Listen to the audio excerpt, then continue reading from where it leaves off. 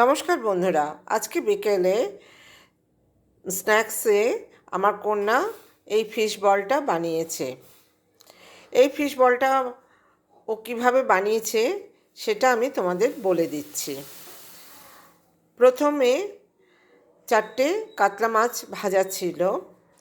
এই ভাজা মাছগুলোকে ও কাটা ছাড়িয়ে তার মধ্যে পেঁয়াজ কুচি, রসুন কুচি, লঙ্কা কুচি, টমেটো কুচি, একটু লেবুর রস, সামান্য স্বাদ মতো নুন, স্বাদ মতো চিনি আর জিরের গুঁড়ো, ধনের গুঁড়ো, গরম মশলা গুঁড়ো আর একটু মিট মশলা দিয়ে এই মণ্ডটাকে ভালো করে মেখে নিয়েছে।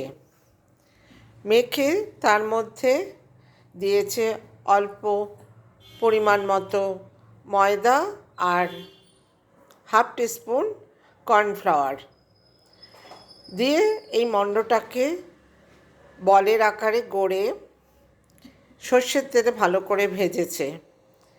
তৈরি হয়ে গেল ফিশ বল।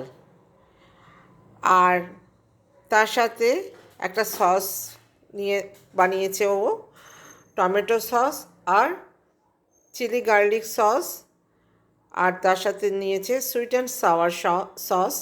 একসাথে মিশিয়ে এই সসটা তৈরি করেছে। আর একটা ডিম ভুজিয়া করে নিয়েছে, যার উপরে রয়েছে ডিম ভুজিয়াটার উপরে খানিকটা পেঁয়াজ কুচি আর খানিকটা টমেটো কুচি।